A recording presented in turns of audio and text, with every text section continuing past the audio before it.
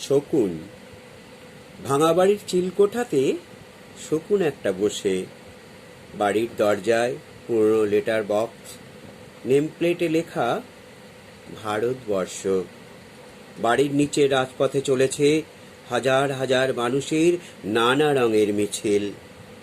শকুনটা কিসের অপেক্ষায় ঘাড় নাড়ছে? হঠাৎ চিৎকার, কর্কশ আওয়াজ, বুম! তারপর সব চুপ। শকুন নড়ে চড়ে ওড়া শুরু করলো। বস্তিতে হুড়োহুড়ি, আরে ভাই, মেরা ভাই মিছিল মে থা।